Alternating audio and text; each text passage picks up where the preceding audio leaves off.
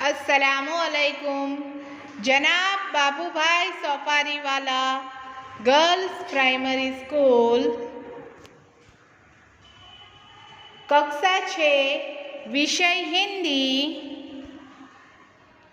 पाठ 7। यह भी एक परीक्षा जो एक एकांकी है और जिसको सुरेंद्र अंचल जी ने लिखा है। बच्चों, हम पिछले पीरियड में देख गए थे जिसमें हमने देखा था पहला दृश्य, प्रथम दृश्य जो था वो बाजार का था, जहाँ पर एक बूट पालिश वाला और राहगीर के साथ जो बातचीत हुई वह हम देख गए। और दूसरा हमने देखा कि भिखारी जो होता है वह एक साइकिल वाले से टकरा जाता है और वह लड़का क्या कहता है भिखारी से कि भिखारियों ने नाक में दम कर रखा है, स्कूल की देर करवा देगा वो भिखारी, और जबकि आज परीक्षा का पहला दिन है। इसके बाद की हम आगे देखेंगे, तो पहले हम देखने से पहले नए शब्द देखें जिसमें है कटोरा, थामकर, फुटपाथ, इंसानियत, प्रधानाचार्य, अध्यापक, अनुपस्थित, प्रधानाध्यापक। अब हम देखेंगे शब्दार्थ जिसमें हम देखेंगे पहला है कर्तव्य। कर्तव्य यानी फर्ज, कर्तव्य यानी फर्ज। अनुपस्थित मतलब गैर हाजिर। मेधावी यानी प्रतिभाशाली या फिर बुद्धिमान। मेधावी, प्रतिभाशाली, बुद्धिमान। श्रेणी यानी दर्जा, श्रेणी, दर्जा। आगे देखें जख्मी, जख्मी यानी घायल, जख्मी, घायल। उत्तीर्ण यानी सफल, उत्तीर्ण, सफल। कराहना, दर्द भरी आवाज़ निकालना, कराहना, दर्द भरी आवाज़ निकालना। भर्ती यानी दाखिल, भर्ती, दाखिल। आगे देखें जख्मी, घायल, जख्मी, घायल। होनहार, अच्छे लक्षणों वाला, होनहार का मतलब है अच्छे लक्षणों वाला। सपूत मतलब लायक पुत्र, सपूत, लायक पुत्र। चलो अब हम देखेंगे इसके बाद की कहानी।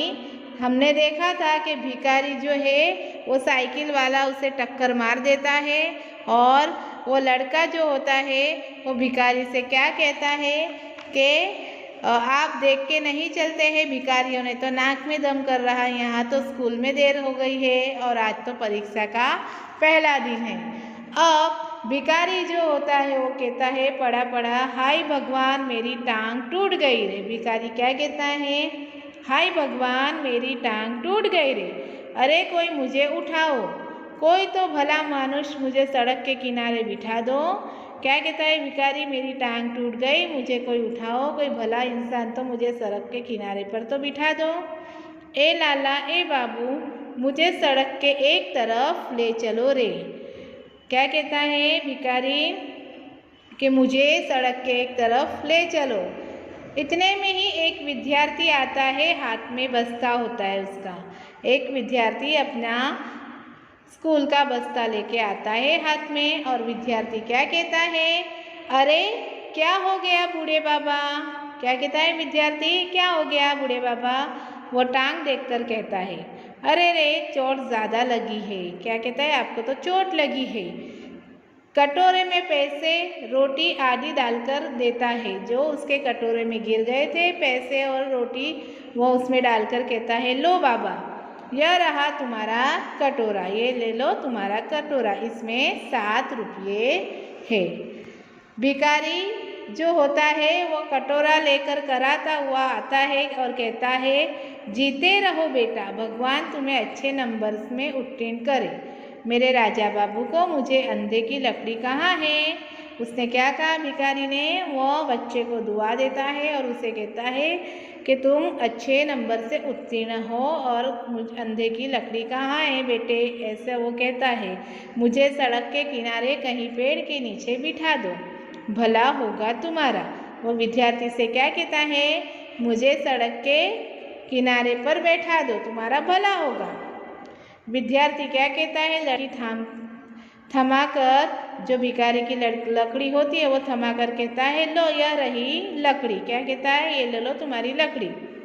स्कूल की घंटी सुनाई देती है और स्कूल की घंटी भी आती है। और क्या होता है उस दिन? परीक्षा का पहला दिन होता है। अरे पहली घंटी लग गई। बालक क्या विद्यार्थी सोचता है कि पहली घंटी तो अब लग गई, आज परीक्षा का पहला ही दिन है, आज तो परीक्षा का पहला दिन है। किंतु खैर, बूढ़े से क्या कहते हैं? बाबा उठो। परीक्षा पहला दिन होते हुए भी वो बूढ़े बाबा की मदद करता है।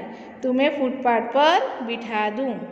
अरे तुम्हारे पाँव में तो गहरी चोट है, खून बह रहा है। बूढ़े भिखारी जो है उसके पाँव में तो गहरी चोट थी और उसमें से तो खून भी बह रहा था। वह बालक भी, विद्यार्थी भी यही कहता है।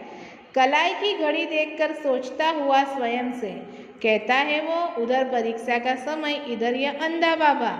अब जो विद्यार्थी होता है वो सोचने लगता है कि यहाँ पर मेरे परीक्षा का पहला दिन है और परीक्षा का समय भी हो गया है और इधर ये अंधा बाबा है जो उसको चोट लगी है और खून भी बह रहा है। क्या करूँ? वो सोचने लगता है कि अब मैं क्या करूँ। अंतरात्मा में से आवाज़ गूंजती है, बराबर, उसके अंदर से आवाज़ आती है और इंसान की सेवा सबसे पहला कर्तव्य है, इंसान की सेवा सबसे बड़ा धर्म है। वो क्या सोचता है कि इंसान की सेवा जो है वही हमारा पहला कर्तव्य है और इंसान की सेवा सबसे बड़ा धर्म है। इसीलिए विद्यार्थी बाबा से कहता है, चलो बाबा तुम्हें अस्पताल तक पहुंचा दूं।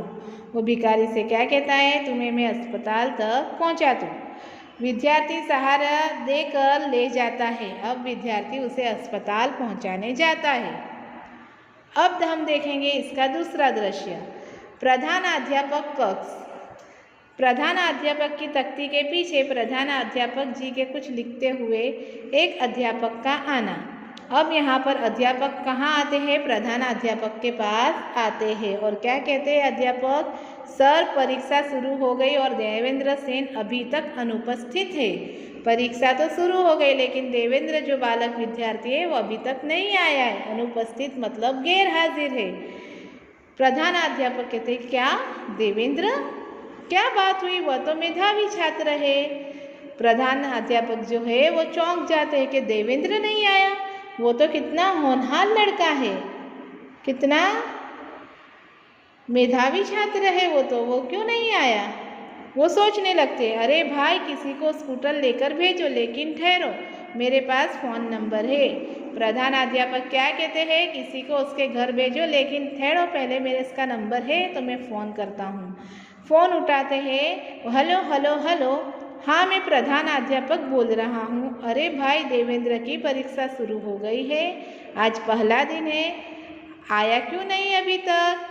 देवेंद्र के घर फ़ोन लगाया जाता है और प्रधानाध्यापक कहते हैं कि परीक्षा का पहला दिन है लेकिन देवेंद्र अभी तक नहीं आया, क्यों ऐसा? अब उसके घर में से जवाब आता है कि घर से निकले घंटा भर हो गया है। हाँ, परीक्षा शुरू हुए 10 मिनट से ज़्यादा हो गए। घर से क्या कहते हैं कि वो तो घंटा भर पहले निकल गया था। पता लगाओ भाई, वह तो प्रथम श्रेणी में उत्तीर्ण होने वालों में से है। वो तो प्रथम श्रेणी में, प्रथम दर्जे में पहला नंबर लाने वाला है। पता लगाओ। फ़ोन रखकर उसके घर से निकले बहुत समय हो गया है, आ जाना चाहिए उसे तो। देखिए वो आ जाए तो मेरे पास भेजना। क्या कहा कि वो आ जाए देवेंद्र तो मेरे पास भेजना। वैसे ही उसके साथ वाले लड़के से मालूम करो कि कहीं एक्सीडेंट तो नहीं हो गया है। फिर क्या बोलते हैं कि इसके पास जो साथ जो लड़के आते हैं उससे भी मालूम करो कि कहीं उसका एक्सीडेंट तो नहीं हो गया। अब अध्यापक चले जाते हैं और कुछ देर बाद देवेंद्र का हाँफते हुए आना। देवेंद्र हाँफते हुए आता है। तभी वो कहता है, देवेंद्र क्या मैं अंदर आ सकता हूँ श्रीमान? वो प्रधानाचार्य से क्या कहता है कि मैं आ सकता हूँ। प्रधानाचार्य जी कहते हैं, अरे देवेंद्र इतने लेट, कहाँ थे अब तक? कहते हैं देवेंद्र तुम क्यों इतने लेट हो गए, कहाँ थे? अब देवेंद्र जो था वो घबराया था और घबराए स्वर में कहता है अस्पताल सर। प्रधानाध्यापक कड़क कर अस्पताल, परीक्षा क्या वहाँ हो रही थी? कड़क कर प्रधानाध्यापक क्या कहते हैं, परीक्षा अस्पताल में देनी थी। और ये पैंट पर खून के धब्बे कहीं गिर पड़े थे क्या? और उसके पैंट के ऊपर धब्बे थे खून के, तो वो पूछते हैं कहीं तुम गिर पड़े थे? देवेंद्र कहता है जी नहीं, एक अंधे बूढ़े भिखारी को किसी ने साइकिल की टक्कर मार दी थी, उसकी टांग ज़्यादा जख्मी हो गई। वह सड़क के बीचों बीच पड़ा करा रहा था, उसे तुरंत इलाज की ज़रूरत थी, इसीलिए अस्पताल में भर्ती करवा कर आ रहा हूँ, क्षमा चाहता हूँ सर। देवेंद्र उसे पूरी घटना बता देता है प्रधानाध्यापक को कि मैं अंधे भिखारी की मदद कर रहा था जिसको भी साइकिल वाले ने टक्कर मार दी थी और वह बीचों बीच करा रहा था और उसे इलाज की ज़रूरत थी, इसीलिए मैं उसे अस्पताल भर्ती करवा कर आया हूँ। मैं सर तुमसे माफ़ी चाहता हूँ, यह देवेंद्र कहता है। प्रधानाध्यापक क्या कहते हैं, शाबाश, यह जानते हुए भी कि परीक्षा का समय है, तुमने अपना कर्तव्य निभाया। इंसान की ज़िंदगी इस परीक्षा से बहुत बड़ी कीमती होती है। जाओ परीक्षा में बैठो, कमरा नंबर 4 में तुम्हारा रोल नंबर है। अब देवेंद्र जाता है और प्रधानाध्यापक फ़ोन उठाते हैं। प्रधानाध्यापक उसे शाबाशी देते हैं और क्या कहते हैं कि तुमने तो अपना कर्तव्य निभाया। इंसान की ज़िंदगी जो होती है यह परीक्षा से भी बड़ी कीमती होती है। और फिर उसे अपना कमरे का नंबर बता के है और परीक्षा में बैठने के लिए कहते हैं प्रधानाध्यापक। अब प्रधानाध्यापक जो है वो फ़ोन पर बात करते हैं देवेंद्र के घर। हेलो सेन साहब, हाँ देवेंद्र आ गया। क्या कहते हैं, देवेंद्र आ गया है, रास्ते में किसी बूढ़ी का एक्सीडेंट हो गया था, उसे अस्पताल भर्ती करवा कर आया है। और वो प्रधानाध्यापक उन्हें पूरी बात बताते हैं। अरे भाई, इस परीक्षा में तो पास होगा ही, किंतु इससे भी बड़ी इंसानियत की परीक्षा में पास हो गया है। क्या कहते हैं प्रधानाध्यापक उसके पिताजी को कि यह तो इस परीक्षा में तो पास होगा ही, लेकिन इसने जो काम किया है वो इंसानियत की परीक्षा में भी पास होगा। ऐसे होनहार सपूत के पिता है आप, बधाई। क्या कहते हैं, आप ऐसे होनहार सपूत के पिता है, आपको बधाई। बच्चों, ये एकांकी आपको समझ में आ ही गया होगा। Thank you.